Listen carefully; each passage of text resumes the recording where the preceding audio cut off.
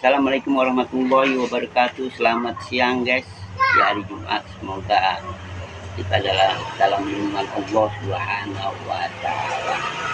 Sehat, panjang umur, rezeki lancar, sukses dalam menjalani kehidupan ini. Kita akan membahas tanda-tanda atau ciri-ciri kita disukai atau dimasuki, diganggu, sakral. Oke guys ya. Mohon maaf kalau kita ada yang salah kata. Jadi kita hanya mengulas sisi kehidupan kita sendiri, diri kita sendiri. Memang diri kita sendiri. Barangkali ada manfaatnya untuk orang lain yang merasakan juga saya mungkin kita tak tahu. Ciri-ciri tanda yang diganggu atau didekati makhluk sakral, wujud makhluk sakral memang tidak nampak guys, tidak nampak, ada di sekitar kita, memang kita tidak bisa melihat. Tapi gangguannya dapat kita rasakan oleh tubuh kita, diri kita sendiri. Makanya saya sendiri, maaf ya, diri kita sendiri sering mendoakan tubuh kita, raga kita, diri kita. Wahai diri, wahai jasad, wahai tubuh, kudoakan kamu sehat panjang umur, menjalani kehidupan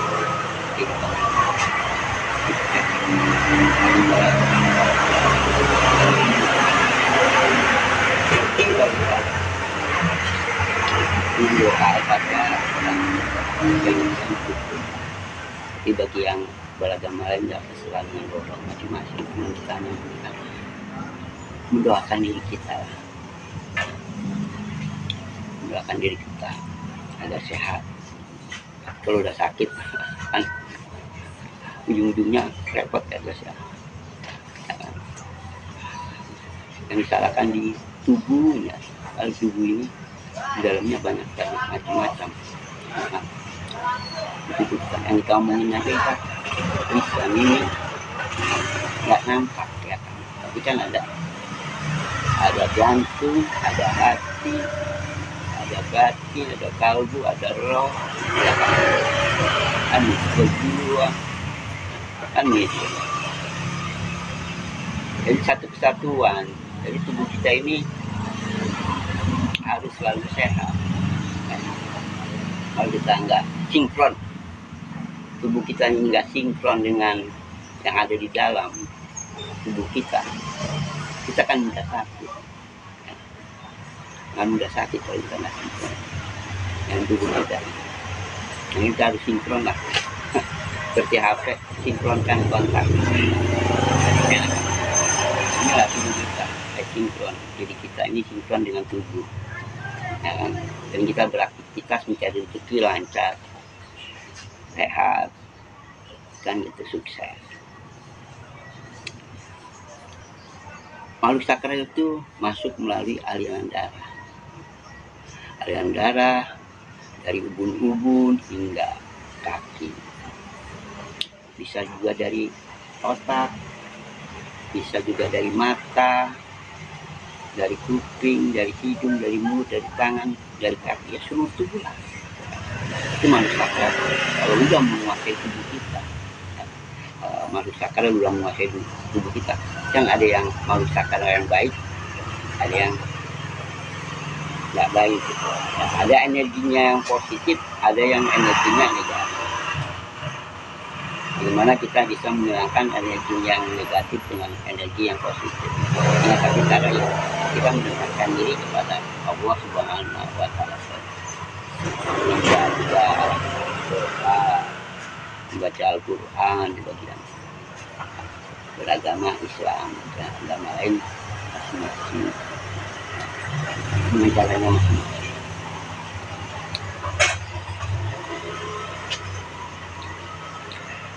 Jika di ubun-ubun sering merasakan kepala ini berat, dampaknya itu kamu akan sering lupa. Lupa ini, lupa itu, ya kan? Lupa ibadah,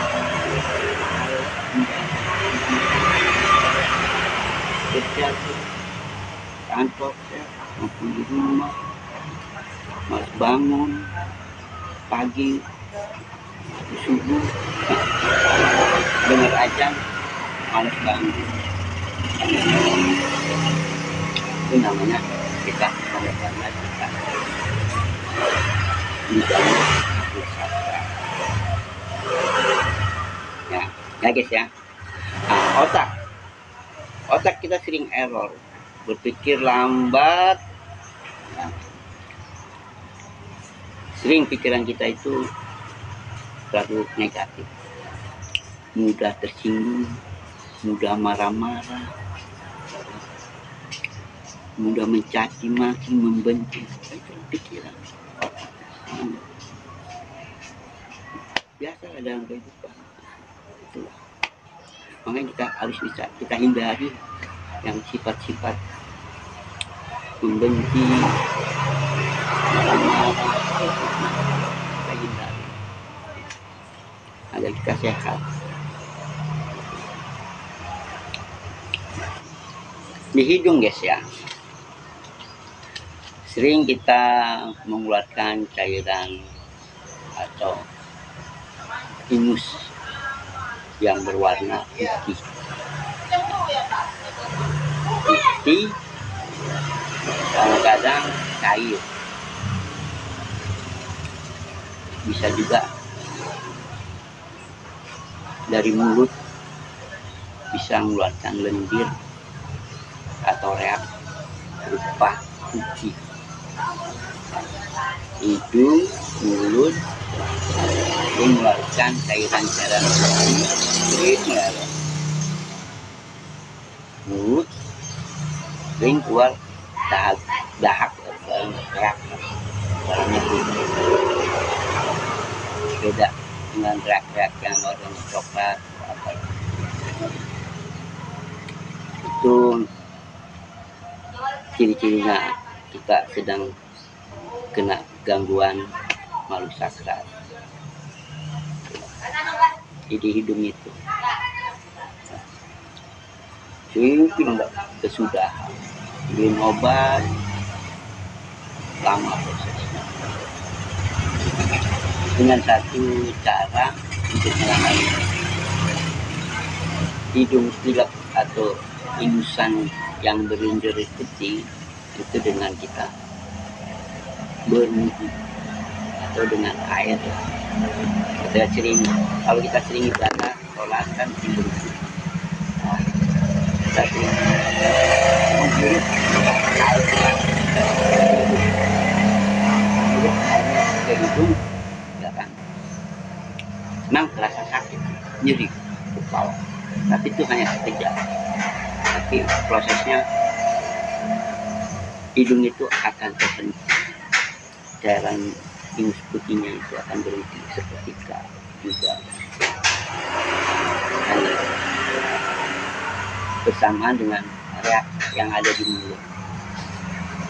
Jadi hidung dan mulut tapi kesatuan. Sesungguhnya itu bareng. Kalau kita sering menjalankan ibadah dengan berwudu, air kita hirup ke dalam hidung, rasa nyeri lah, sakit sementara. Selanjutnya akan kembali normal, hidung pun kembali lega. Memang rasa pilek sementara, tapi kalau kita bersin itu akan keluar semua. Kotoran-kotoran hidung diri itu berupa dari putih hingga hijau warnanya. Insya Allah sembuh. Itu proses penyembuhannya ya, untuk hidung ya. Kalau sering meler dalam itu. Ya. Itu hidung, dari hidung, mulut, kan. Dan ditungkuk. Tungkuk ini terasa pegal-pegal. Gampangnya kamu selalu ya mudah sensitif lah begitu. Pundak, tulang belikat, rasa pegal-pegal, ngilu.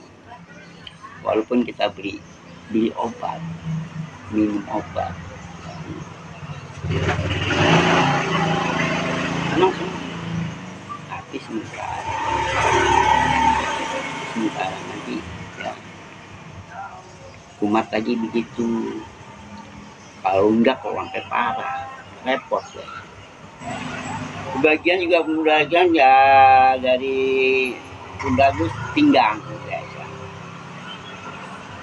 Pinggang rasa sakit, pegal-pegal. Enggak kan itu kalau dari pinggang bisa semua kan, badan juga merasa capek, berat sekali badan. Untuk ngangkat aja susah, apalagi mau berjalan kalau udah pinggang sakit pinggang. Jalannya sakit, tergopoh-gopoh ya. Lanjut. Kalau kaki, tangan kalau udah stroke kan repot juga mengatasinya, mengobatinya. Bisa sembuh sih semua, cuma prosesnya lama. Kalau udah kena stroke prosesnya lama kan. Ya, dari pinggang pegal-pegal, walaupun kita obat secara medis, penyakit kadang-kadang nggak terdeteksi. Kita sakit di rumah sakit dicek darah kita sehat. Secara medis, secara non medis beda lagi kan gitu. Kan yang kita alami gitu,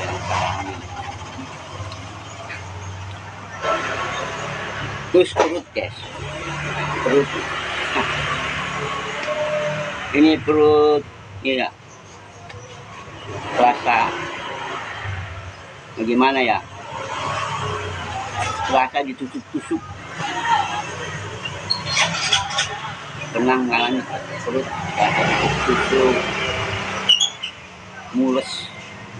mules ya kan, nggak bisa bertahan,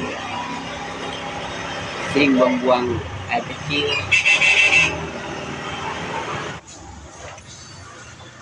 Badan guys, belakang badan ini ya guys ya, tanda-tandanya kalau kita diganggu makhluk sakral, badan ini terasa gatal-gatal, terus kadang-kadang ditusuk-tusuk. Pokoknya tubuh ini rasanya bagaimana, nggak merasa nyaman. Apalagi kalau kita tidur waktu malam, walaupun siang hari gitu ya,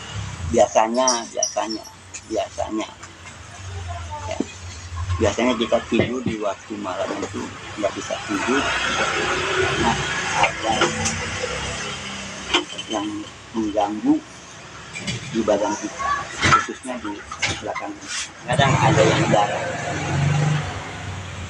jalan seperti hewan apa gitu, jalan itu tanda-tandanya kalau kita diganggu makhluk sakral. Tubuh belakang ini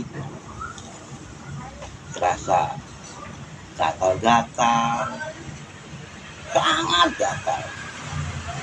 tusuk-tusuk. Pokoknya rasa tubuh ini tidak nyaman, mau tidur susah, apalagi waktu malam. Bahkan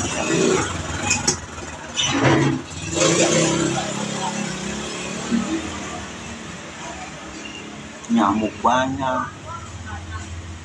gatal, tubuh gatal-gatal, tusuk-tusuk, dan lain-lain. Kadang-kadang pengen buang air kecil kan gitu. Pokoknya di waktu malam ya, kalau makhluk ada yang mengganggu, pokoknya kita nggak nyaman mau tidur. Bisa tidur itu kita tidur di waktu subuh, waktu azan subuh, baru kita bisa tidur. Ya, itu tanda-tandanya kalau ada makhluk sakral yang mengganggu di diri tubuh kita. Nah, itulah tanda-tandanya kita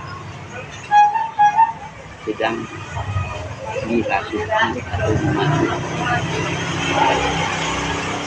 makhluk sakral. Hanya itu guys ya, kita semoga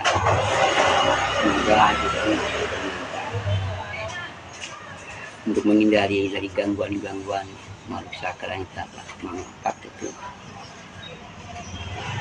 hanya kita mendekatkan diri kepada Allah Subhanahu wa Ta'ala. Itu satu jalan proses untuk penyembuhan pada diri kita.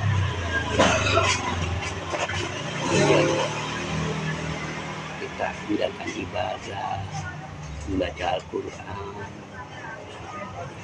sabar, tawakal, sering bersedekah, membantu orang lain, jalankan dari kita dari gangguan bisa kita dekatkan diri kepada Allah Subhanahu wa Ta'ala. Insyaallah segala sesuatu yang akan bisa kembali seperti biasa, sehat, panjang umur, rezeki lancar. Oke. Assalamualaikum warahmatullahi wabarakatuh.